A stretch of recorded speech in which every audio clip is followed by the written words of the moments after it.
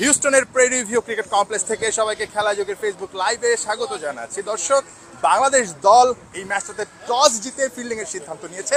দুটো পরিবর্তন নিয়ে খেলতে নামিয়েছে বাংলাদেশ দলের জন্য অনেক কঠিন পরীক্ষা, কারণ এই ম্যাচটা বাংলাদেশ যদি হেরে যায় প্রায় 2.5 বছর পর 3 ম্যাচের সিরিজে হোয়াইট ওয়াশের লজ্জা পাবে।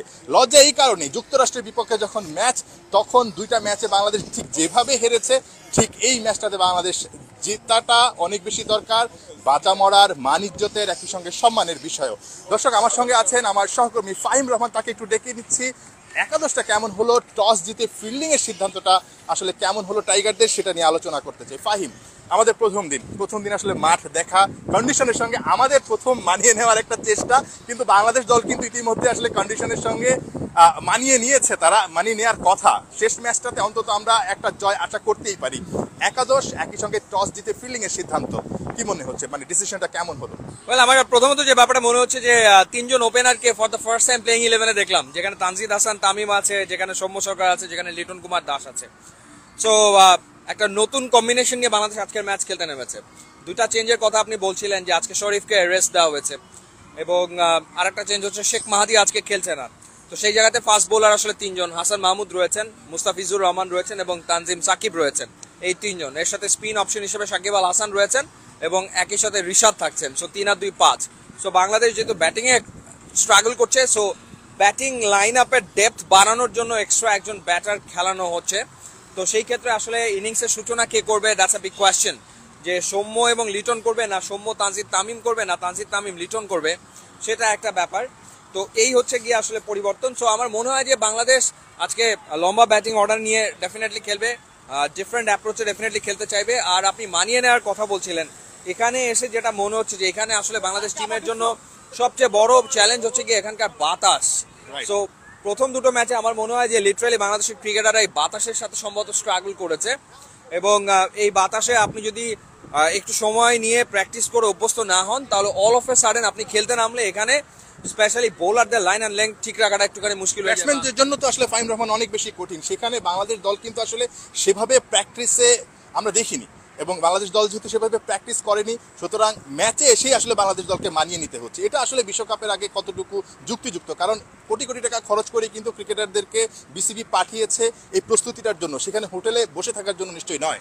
ডেফিনেটলি সেটা তো বটেই। আমার কাছে যেটা মনে হচ্ছে, হাথুরু সিং যেটা চিন্তা করেছে, যে প্লেয়াররা আসার আগে 5 ম্যাচে টি20 সিরিজ খেলেছে এগেন্স্ট জিম্বাবুয়ে। তার আগে এই প্লেয়াররাই ঢাকা প্রিমিয়ার লিগের টানা ক্রিকেট খেলেছে। তো সেই দিক থেকে হয়তো হাথুরু সিং চিন্তা করেছে যে আমেরিকার সাথে কম্পিট করার জন্য খুব বেশি প্র্যাকটিসের প্রয়োজন হবে না। ইউ নেভার নো, মানে এরকম ভেবে থাকতে পারে যে অপোজিশন যখন আমেরিকা হালকাভাবে নেওয়া হয়ে গেল না। ডেফিনেটলি টিম হালকাভাবে নিয়েছে, এটা নিয়ে কোনো ডাউট নাই যে বাংলাদেশ টিম আসলে আমেরিকাকে প্রথম 2 টি20 ম্যাচে লাইটলি নিয়েছে।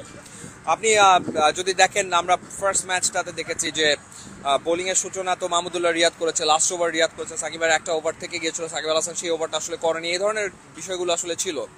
তো সেই ক্ষেত্রে আমার মনে হয় যে আজকে ম্যাচ শুরুর আগে আমরা টিমের যে সিরিয়াসনেস দেখলাম ওয়ার্ম আপ সেশনটাতে, যে সিরিয়াসনেস ব্যাপারটা এখন বোঝা যাচ্ছে যে নাও বাংলাদেশ টিম আসলে taking this match very seriously, সেই বিষয়টা এখন মনে হচ্ছে। So probably Bangladesh will put up a very good show today, এটা আমাদের আসলে এক্সপেকটেশন। আর আজকেও যদি বাংলাদেশ হোঁচট খায়, তাহলে আসলে ধরে নিতে হবে যে সিরিয়াস হওয়ার পরেও হোঁচট খাওয়ার মানে হচ্ছে বাংলাদেশের টি20-র সামর্থ্য আসলে এই পর্যন্তই।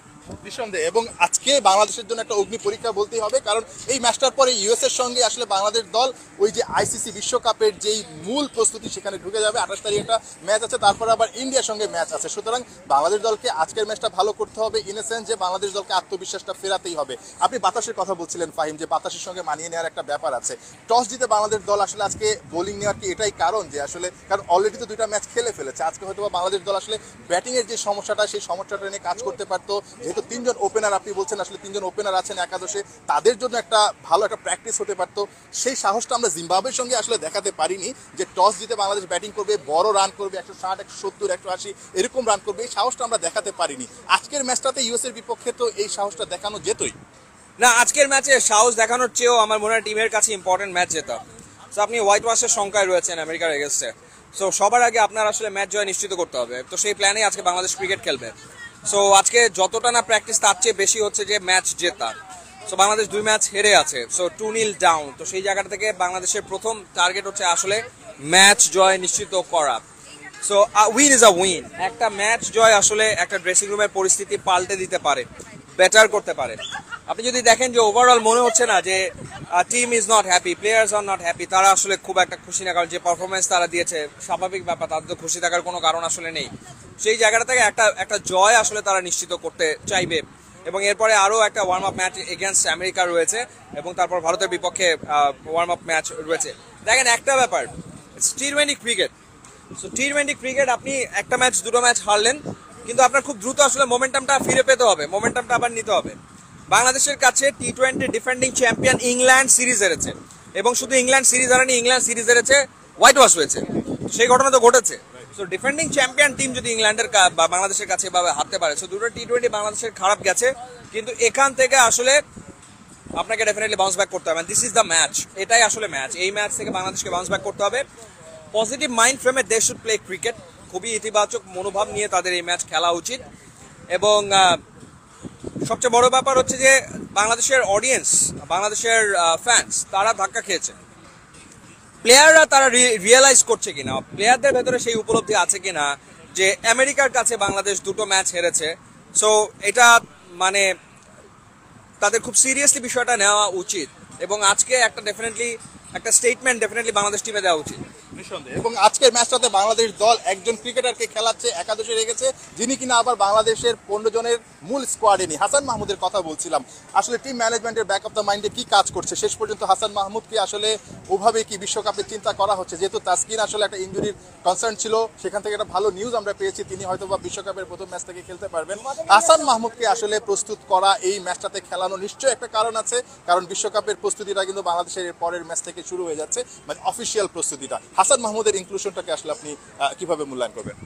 ওয়েল, হাসান মাহমুদকে একটা গেম দেওয়া রাইট। সো ডেফিনেটলি যেহেতু তাসকিন এখনো ফুললি ফিট না, যদিও বলা হচ্ছে টিম ম্যানেজমেন্টের পক্ষ থেকে যে from the very beginning of the world cup first match থেকে তাসকিন উইল বি অ্যাভেলেবল, প্রথম ম্যাচ থেকে তাসকিন আসলে খেলতে পারবে, তার MRI রিপোর্ট খুবই সন্তোষজনক।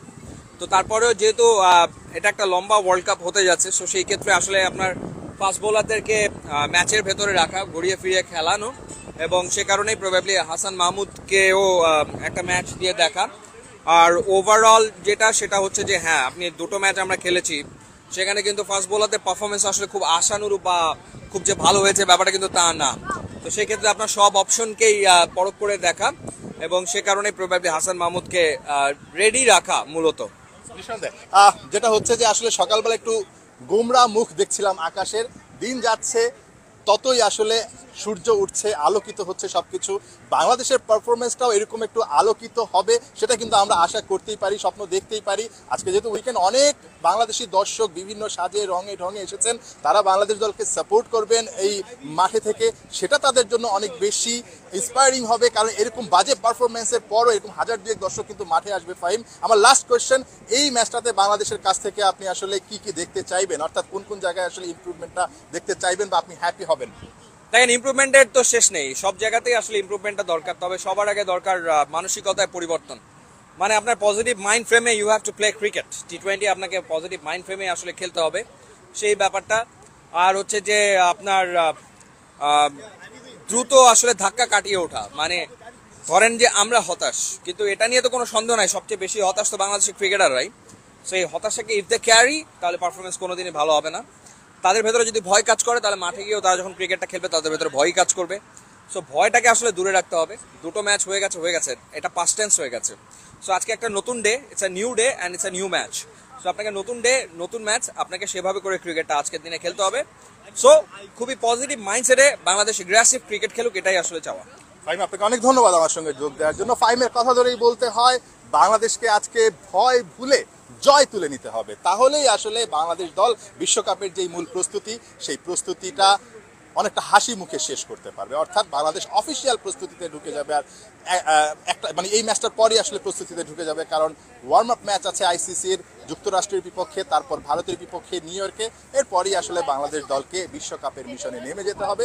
সুতরাং শেষ এই 3টা ম্যাচ বাংলাদেশের জন্য অনেক অনেক গুরুত্বপূর্ণ। আজকের ম্যাচটা বাংলাদেশ ভালো করুক, হিউস্টনে একটা জয় নিয়ে বাংলাদেশ ফিরে যাক, সেই প্রত্যাশাটাই আমরা করছি। অনেক অনেক ধন্যবাদ আমাদের সঙ্গে এতক্ষণ খেলাযোগের ফেসবুক লাইভে থাকার জন্য। আমি এবং ফাহিম রহমান আপনাদের সঙ্গে বিভিন্ন সময় যুক্ত হব, বাংলাদেশ দলের সবশেষ আপডেটটা জানিয়ে দেব। নিশ্চয়ই আপনারা আমাদের সঙ্গেই থাকবেন, আপনাদেরকে সঙ্গেই পাবো।